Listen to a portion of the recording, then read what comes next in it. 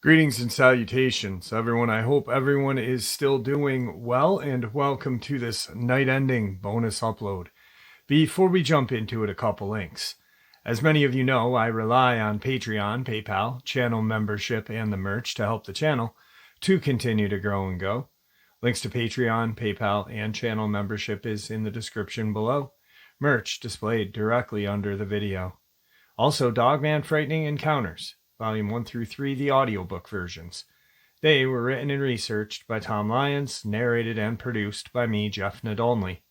Those audiobooks are available on Audible, Amazon, and iTunes, links to which are also in the description as well. And finally, last but definitely not least, if you'd really like to help support the channel to continue to grow and go, simply subscribe. It does not cost you a cent. Click the like button, takes half a second. If you don't want to miss out on any of the informative uploads that I put out daily, click that bell icon, and folks, please leave a comment. Why? Well, because all of these things really do help the channel to continue to grow and go. And folks, they definitely do matter. Now, everyone, I have taken far too much of your time. Let's jump in to this night-ending bonus upload, shall we?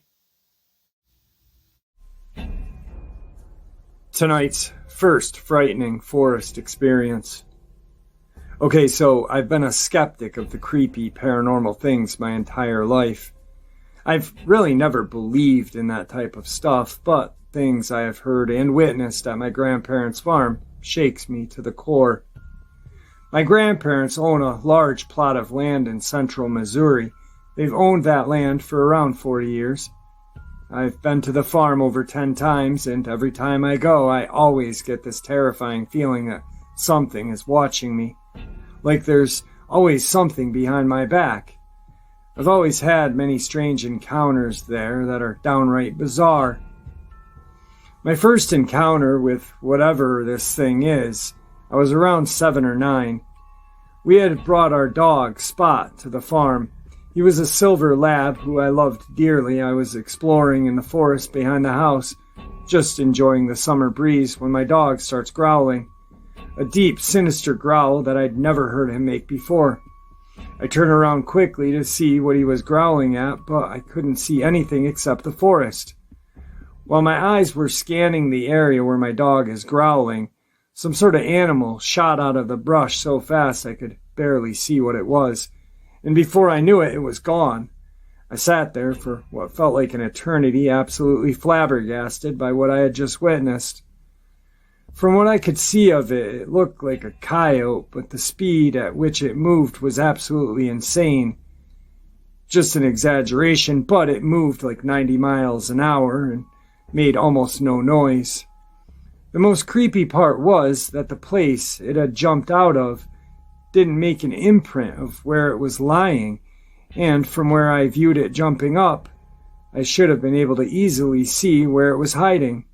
Shocked by what I had just witnessed, I decided it was enough, and I headed back to the house. The second encounter happened when I was around 10. I was visiting the place and, like usual, getting that feeling of being watched. The first day was normal, nothing really creepy happened. I was just spending quality time with the family. But when night came, that's when crap started happening.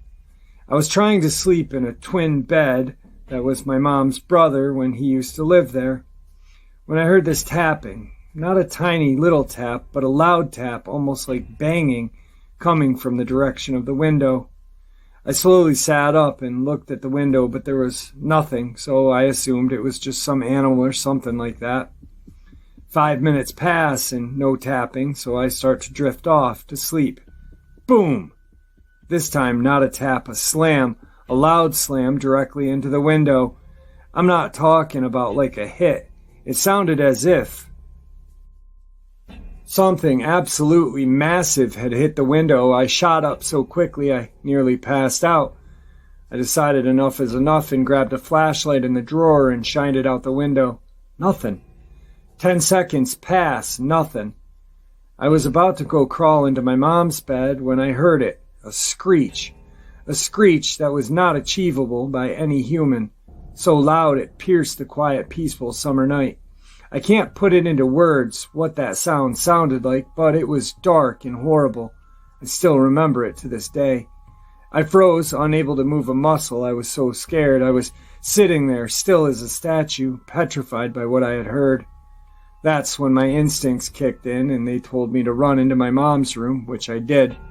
For some reason, I didn't wake her up. I just cuddled up next to her and didn't sleep the rest of the night. All I could think of was that sound, that horrible, terrible, bloody screech. The next encounter was when I was around 13. I was back at my grandparents', just enjoying my time like I usually do, when my grandfather suggested that we go watch for deer. I agreed because I'd been doing this since as long as I can remember, and it was never an issue. It was extremely fun. So we take the Polaris and went out at around 6 or 7 p.m. to look for deer. We decided to go into the most eastern pasture because that's where we usually spot the most deer. 30 minutes passed and we had seen a few deer, but not as much as we usually do. This is when things get crazy. I get the feeling again, that dreadful feeling that something's there in the shadows watching me. This time it's a lot more intense. It's right up behind me, but when I look, it's never there. This time it appears that my grandfather feels the same presence as I do. Just to let you know, my grandfather is a very laid-back individual, always joking and laughing. The only time I've ever seen him serious is when my great-uncle died a couple years ago. So when I start feeling that I am being watched, my grandfather goes from happy and laid back to very serious and alert. He gripped the wheel so tight his knuckles turned white and was constantly looking around, making sure something wasn't following us. He makes this massive U-turn out of nowhere and starts heading back to the house. I ask, "What are you doing?" He replies, "We're heading back to the house." The tone of his voice was cold, like he had witnessed someone being murdered. At this point, he's gripping the wheel even harder and absolutely going pedal to the metal full speed back to the house. I decided not to ask any questions until we got back to the house, which we did in no time at all. Once we were there, he rushed me into the house, constantly checking his back to make sure something wasn't there. When we were inside, he closed and locked the door. His behavior was alarming, and it was really shocking me to the core. I decided that all of the stuff I had witnessed was enough, and I only asked him one question: "What's going on here?" When I said that, he looked at me and gave me a cold expression and said, "I have some things I need to explain to you." We sat down for 30 minutes and explained that whatever this thing that was living on his property has been here since the day he moved in, and he and my mother experienced the same thing that was happening to me the first few years of living here. He explained that he was seeing whatever this thing is, and that it doesn't like new visitors, hence why I'm experiencing all of these problems. He told me about all of the things that he had witnessed and experienced, and they seemed to have been pretty similar to what was happening to me. He told me that he knew this was going to happen to me, and that he was always watching to make sure I never got hurt, because he knew this creature better than anyone else. We talked some more, but all of it was the same. It was now late, and he decided that I couldn't sleep alone, so he made me sleep with my mom. We luckily promptly left the next morning. I have not been back since that day. Last encounter. This last encounter isn't really an encounter. Two things that have happened at my grandparents' farm. Recently, we brought my sister's horse to their farm. The first night for the horse was hell. My sister's horse has always been very friendly and not shy, but the first night of my sister's horse being at the farm was bizarre. The next morning, my grandfather woke up and was doing his chores and went to go feed the horse, and he noticed that the horse was acting very weird, extremely shy and timid. But when he took a better look, he was shocked. The horse had 3 10-inch gashes down its side, like something had clawed at it. It was ruled out that the horse ran into a fence, but I think otherwise. Also, around the same time, my grandparents adopted a dog named Panda. Panda was a Jack Russell Terrier who was 2 months of age. 5 days later, he was found dead with deep puncture wounds on his body and his neck slashed. They ruled that out as a bobcat or a mountain lion, and I think otherwise. I don't know what this thing is, but something tells me if I go back, good things will not come. Tonight's second frightful forest experience. Mid to late 2000s, I was an avid hiker in the Appalachian Mountains. I had been all up and down the AT. I spent most of my time in Tennessee and Virginia. One day, my main hiking buddy and I were following a main trail when we ran across what looked like a game trail. Being curious dumbasses, we decided to follow it. Very quickly, we started hearing very odd sounds. It was humming like electricity. We got closer and found a clearing with a large, old, dilapidated barn in the middle of nowhere, not even close to a road. And we found that the hum was from thousands of mud daubers that had nested in a dirt mound that was the foundation of this barn. Obviously, we were very careful not to disturb them. But we made our way back to the side of the barn and found another trail. It led to a cabin, a small wooden shelter with 4 bunks, built by the Boy Scouts in the 30s according to a plaque on the door. We thought this would be an awesome place to camp and left shortly thereafter with the intention of bringing back other friends. A few weeks later, we took 2 of our friends up to this place, so 4 of us total. We knew we had shelter, so we didn't bring a tent or anything, just sleeping bags and a lot of food. Oh, and LSD. We all dropped when we got into the cabin, and then we set up making our beds and building a fire to make dinner. Now mind you, this cabin is in a small clearing, maybe the size of a football field, and there is only one trail. Let's call it from the west to make things easier. It's several hours after we got there and set up. We're all tripping a bit, beers are flowing, weeds blowing, when the 4 of us sitting around the fire all stop because we hear something coming from the north. Mind you, no trail, just lots of brush. Stuff is nearly impossible to walk through. As we sit staring, an old man, probably 60s, white ponytail and all, comes out of the brush with his 2 big metal walking sticks. We flipped out. All 4 of us immediately pulled our knives and prepared to defend ourselves. Old guy put his hands up and said, "Easy, boys. I just saw your fire and was wondering if I could share it for a bit." We calmed down and allowed him to warm himself. It was a fairly chilly spring night, and at least midnight by this point. He sat by the fire, we offered him food, and he accepted. He then proceeded to tell us stories about the area. Like, he told us about the people who had owned the wasp barn nearby 100 years ago and stuff. After he ate and warmed himself, maybe an hour and a half, he got up and grabbed his walking sticks and said, "Thank you, boys, gotta go." And he walked straight south, like in a straight line from where he came. But once again, there was no trail there. The next morning, we went looking both to the north and south and couldn't find a single trace of this guy. I know what you're going to say, and yes, we were high as kites, but we all 4 met and talked to the man, and we all 4 woke up the next day curious and went looking. None of us could find a single trace of his existence. What really messed with us was, as we made our way home back out of the trail to the west and then north, we saw him again, sitting on a log in the middle of a stream a good way off the trail and down the ridge. In the opposite direction that he had walked off, we waved, he waved back. And as soon as we went around the corner of the trail, the 4 of us sprinted as fast as we could, like 2 miles back to the car. We haven't been camping or hiking since. Today's third frightful forest experience. I was hunting for black bear one day back in the early 2000s. The area I was hunting was northern Clinton County, PA. My ex-brother-in-law and I enjoyed the area and spent many seasons scouting and hunting the land. This part of the county is filled with long hollows, steep inclines, and hard-to-access trails. We both like to do our own thing and hunt separate terrain.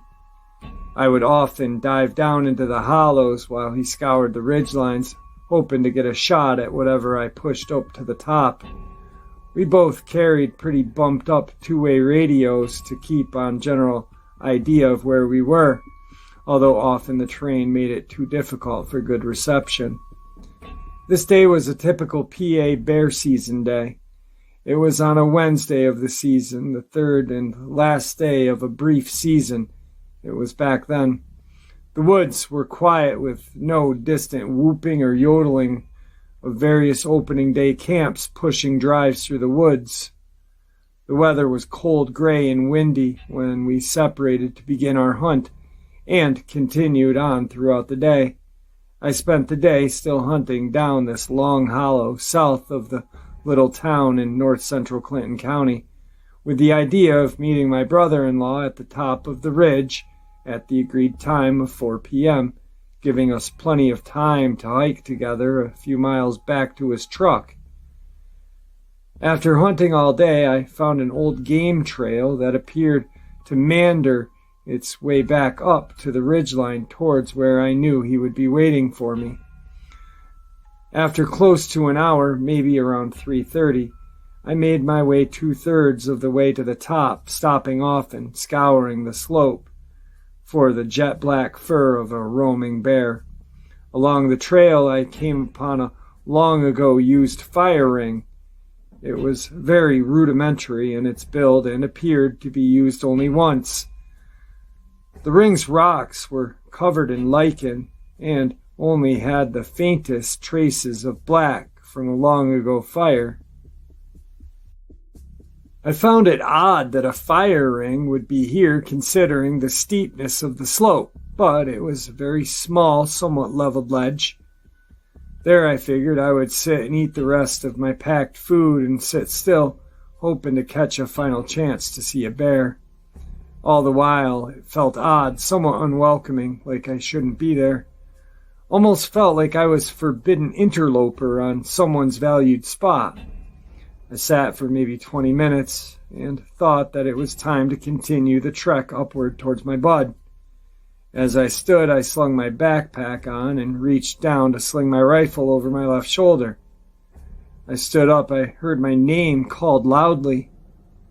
It didn't really sound like it was behind me, rather than all around in my head. Just as I was going to turn around, my rifle was slapped off of my shoulder.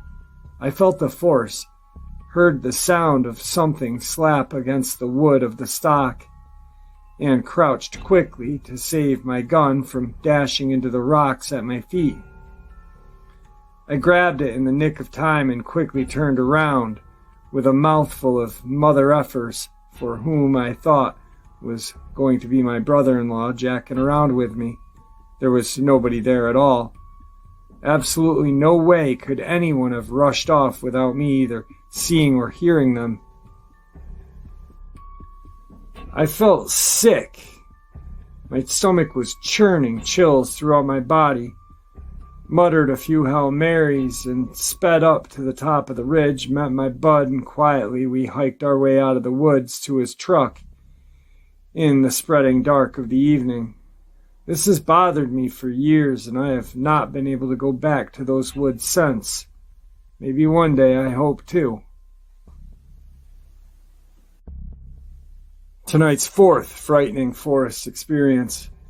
I've been backpacking and camping mostly solo as an adult for the majority of my life. I'm cautious about my surroundings, and I listen carefully when I'm out.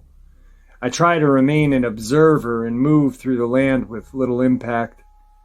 I'm also very interested in the mysterious and obscure, cryptids, alternative realities, the unexplained. I've read the most missing persons cases, and I am a curious devotee of true crime, all of the morbid and curious things I can find.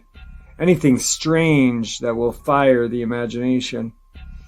There have been occasions where I have felt slightly uncomfortable, or watched even, when I've been out in the woods, but mostly I've chalked it up to being alone and alert.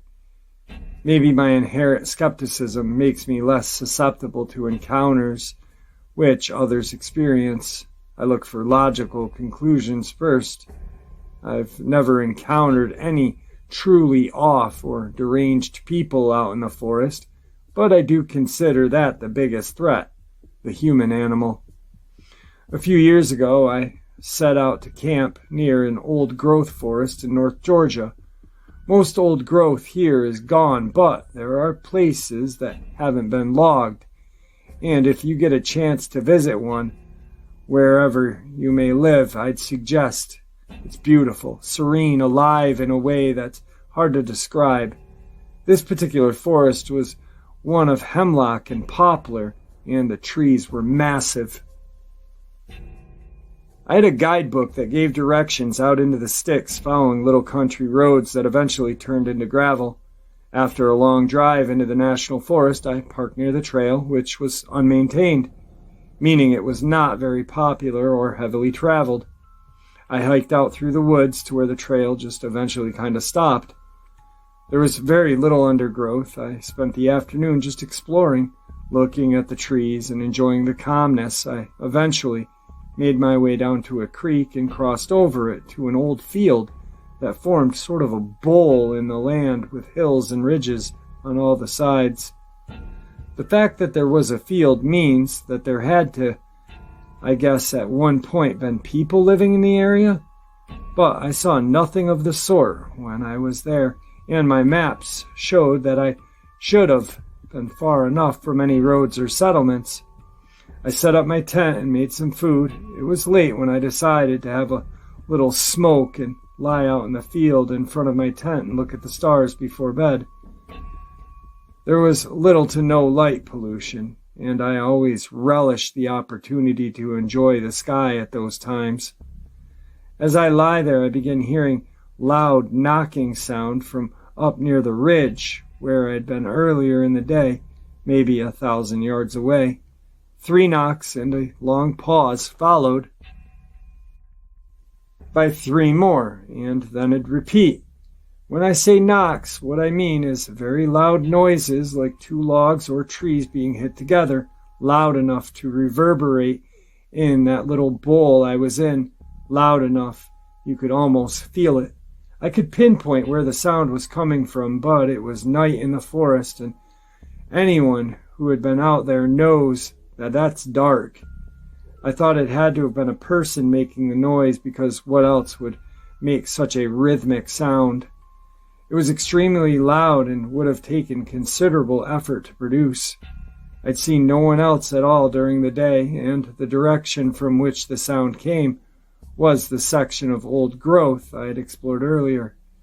And that's it. Eventually the sound stopped. I went to bed, feeling like I had heard something I was not meant to hear, or maybe that I had heard something specifically meant for me and me alone to hear.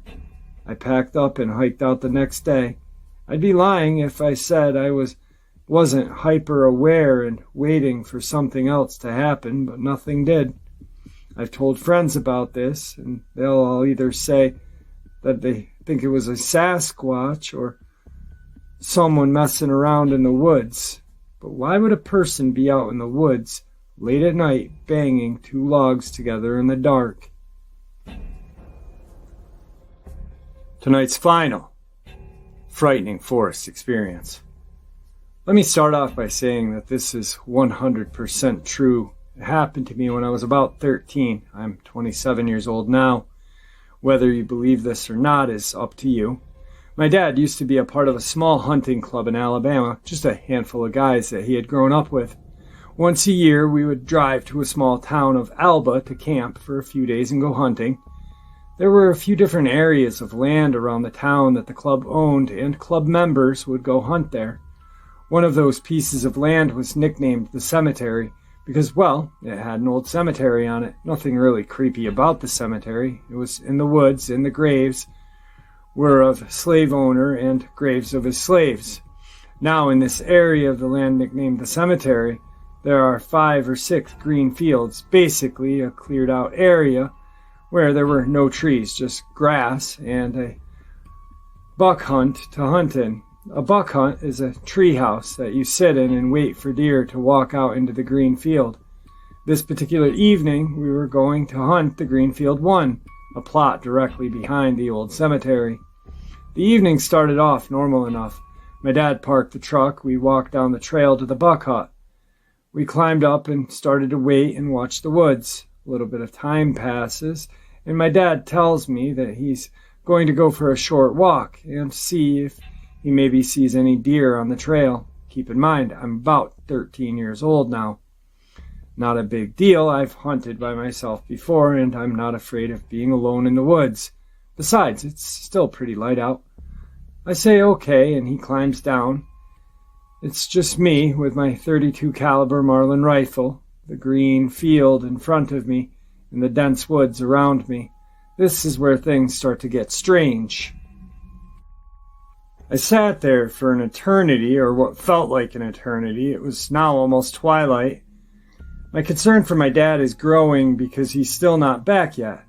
I was worried that maybe something had happened to him or he had gotten lost. However, he's an experienced hunter, and if he was lost, he would yell or fire off a shot, but the woods were dead silent. I figured maybe he found a good spot that he wanted to hunt at twilight/dusk hour of the day because that's prime time for hunting. So I focused my attention on the grass field in front of me, just watching, listening, waiting for deer to walk out into the field as the light of the day begins to fade. Just then across the field I saw and heard some brush moving and breaking. The thought did cross my mind that it could have been my dad, but I highly doubted it. No way could that have been him. That would be incredibly dangerous and stupid. I raised my rifle and pulled back the hammer, aimed it, and at the moving brush, and patiently waited for what I hoped was a deer to walk out.